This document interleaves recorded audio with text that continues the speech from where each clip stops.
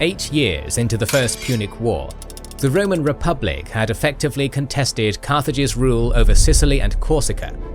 In a surprisingly short time span, the Romans had also developed a large and capable fleet, able to go toe-to-toe with the mighty Carthaginian fleet, which up until this point had dominated the waves. By the year 256 BC, the conflict had reached a stalemate, and the Roman Senate knew that to break the impasse, they had to invade North Africa and take the fight to the enemy heartland. Thus, the Roman Republic began preparing for a landing expedition, the scale of which had never been dreamed of. Engineers and labourers began assembling one of the largest fleets ever to sail off the Italian coasts, a fleet that would soon meet its match in the largest naval battle in antiquity.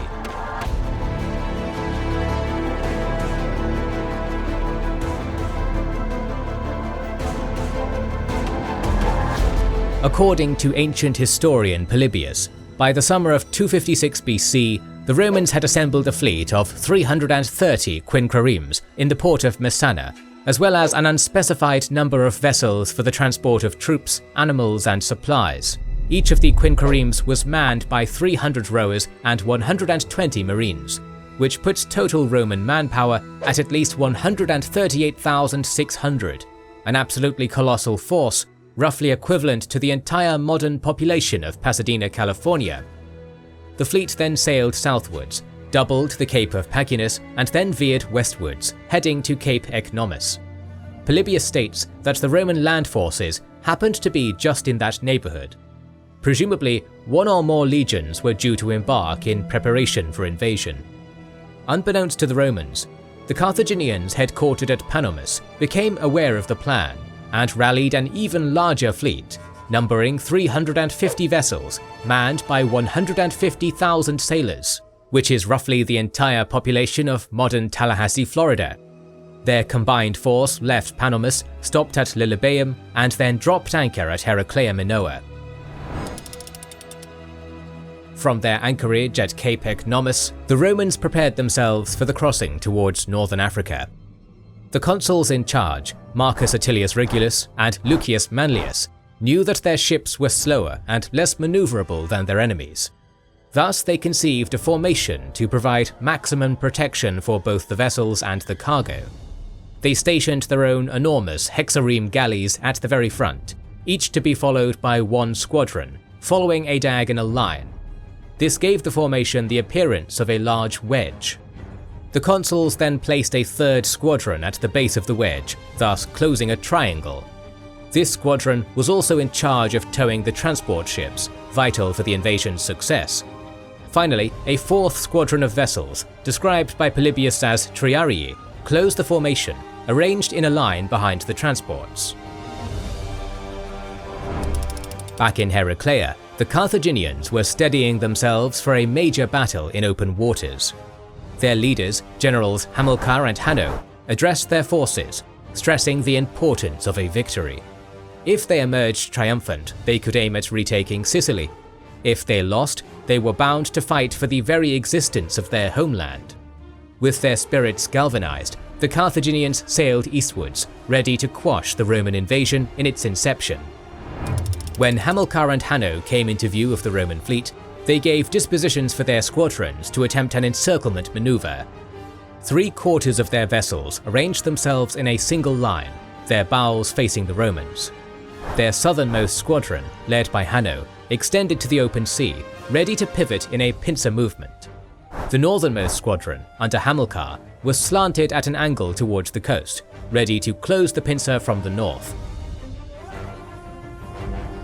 Regulus and Manlius took notice of the incoming enemies, and of how thin and extended their main line of battle was.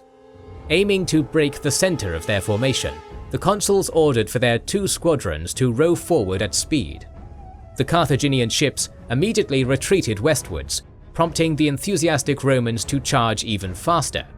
However, this Carthaginian withdrawal was part of Hamilcar's plan to extend and eventually break the Roman formation, a plan which worked perfectly when the Roman rear squadrons and the transports were left isolated at the rear.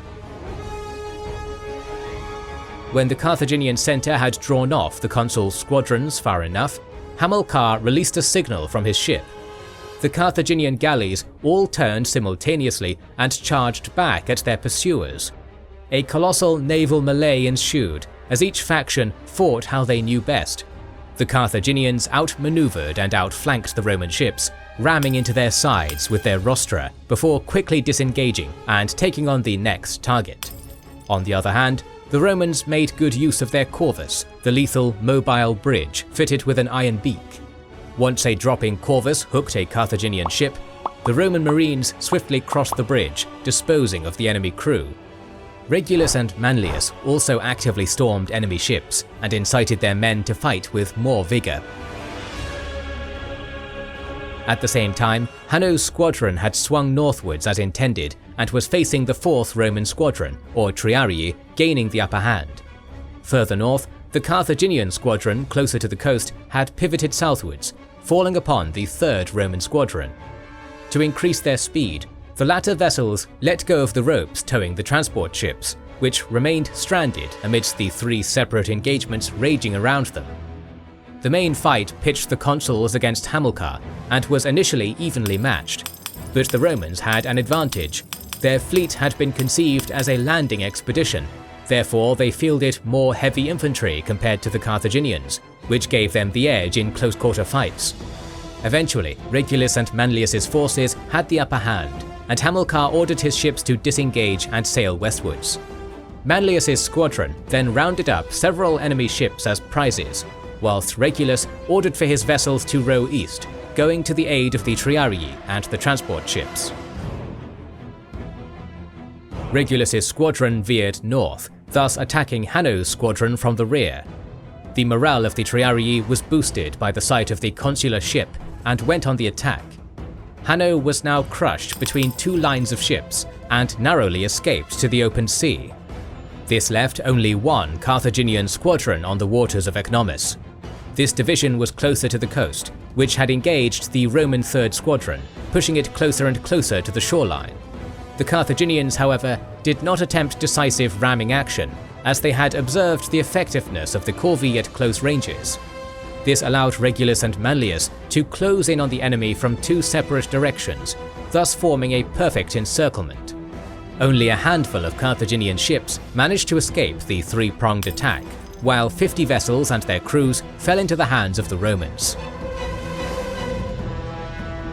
The largest naval battle in antiquity had come to an end with a clear Roman victory. In total, 680 warships had been deployed by both sides, manned by almost 300,000 men. Rome had captured a total of 64 galleys and sunk more than 30, thus eliminating almost 1/3 of Hamilcar and Hanno's fleet. The consuls had lost 24 ships sunk and none captured. The bulk of the invasion force was intact, and there would be no obstacles from Ecnomus to North Africa.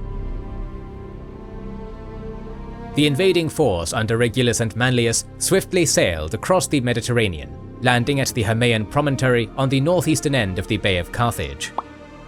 From there, the Roman legions proceeded south towards the city of Aspis, which they took after a short siege. Meanwhile, what remained of the Carthaginian fleet had returned to their home city to warn the local ruling senate.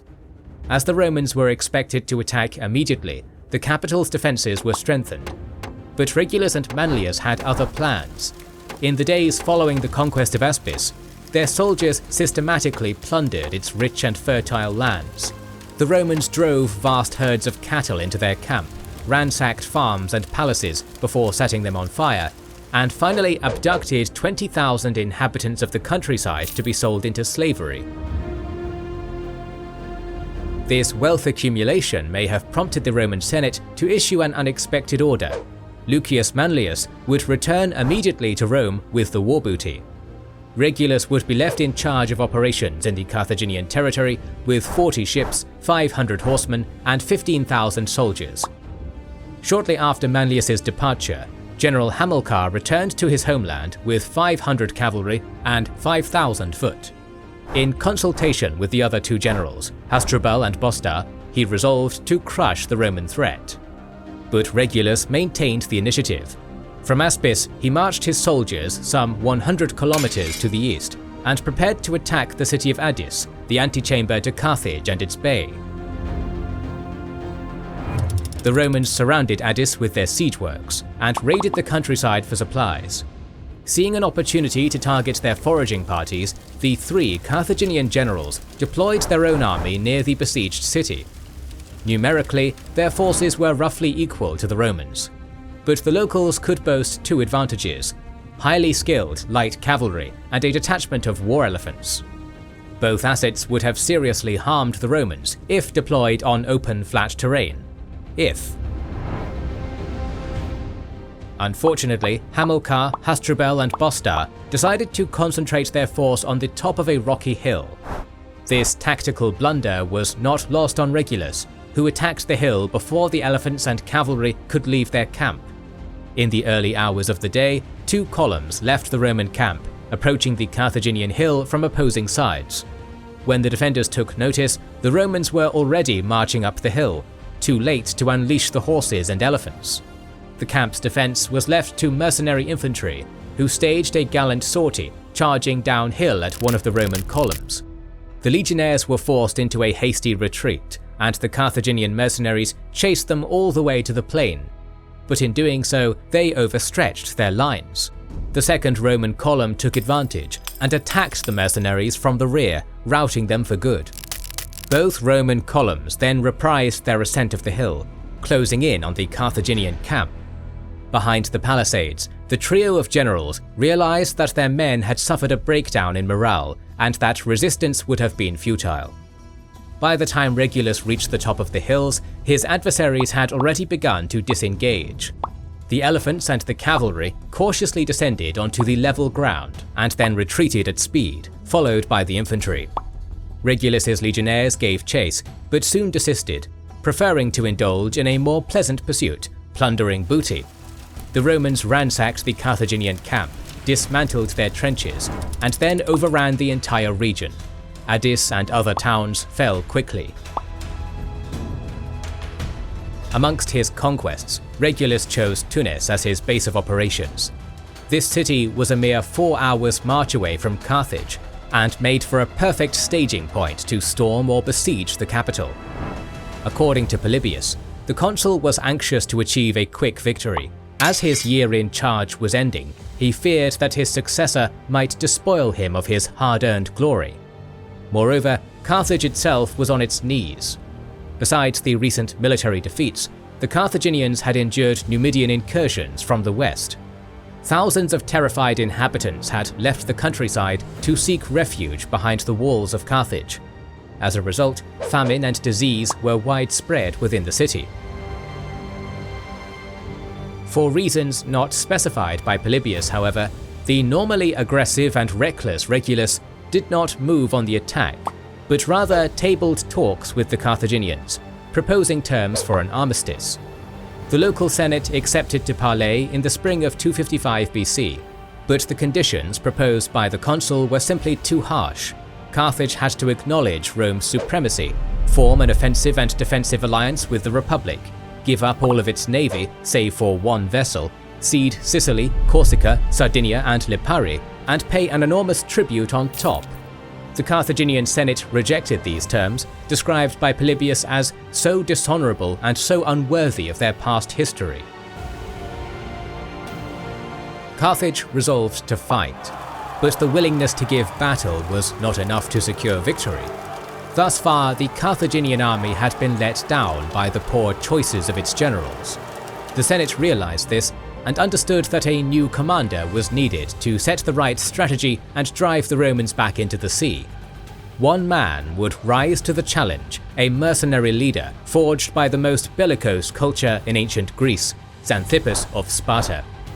In the future episodes of our series on the First Punic War, we will witness how the Spartan mercenary will save Carthage from the brink of the abyss, leading the Punic armies to strike back at the Roman steamroller. In total, our kind members and patrons got 6 episodes covering this war, and 8 episodes on the Second Punic War, with at least 8 more on the way next year, as we cover all major battles of Hannibal, Scipio and other generals, including Cannae, Zama, Oikonomes and Panomus. Their support allows us to continue creating videos and paying living wages to our team in a YouTube space where ad revenue is extremely volatile. If you want to see the rest of the series on the Punic Wars, as well as more than 180 other exclusive videos, including ones on the North African campaign of World War II, Spanish War of Succession, Life of Sulla, Pacific War and more, as well as get access to our exclusive Discord, see our schedule, and get early access to all videos, join the ranks of our patrons and YouTube members via the links in the description and pinned comment. Thanks to our supporters for allowing us to continue doing our dream job. Recently, we've started releasing weekly patron and YouTube member exclusive videos. Join the ranks of patrons and YouTube members via the link in the description or by pressing the button under the video to watch these weekly videos, learn about our schedule, get early access to our videos, join our private Discord, and much more. Please consider liking, commenting and sharing, it helps immensely. This is the Kings and Generals channel, and we will catch you on the next one.